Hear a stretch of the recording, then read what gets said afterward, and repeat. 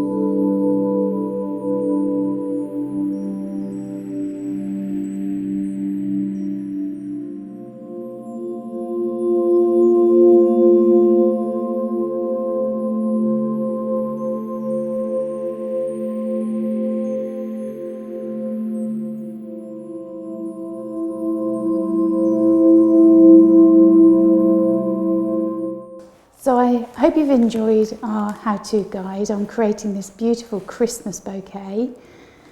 I've got some top tips for you. So number one, prepare all your stems in advance. So remove any of the foliage that's going to be below the tying point and strip any of the thorns. Makes it much easier to handle. And then my second top tip, try and keep all your stems in a spiral format. Then it makes it so much easier when you're adding the trimmings, and it helps to place it into a vase easier. And then top tip number three, making it up and storing it. Well, I probably wouldn't recommend that you make it up too far in advance to actually giving it away, because obviously you want your recipient to have as long a shelf life with the flowers as they possibly can. So make it up as close to the delivery time as you can. All right. Thank you so much for watching. I hope I've inspired you to have a go at making a bouquet like this yourselves. Don't forget to visit our website, which is www.trianglenursery.co.uk, where you can find all of the items that I've used here today to recreate this yourselves.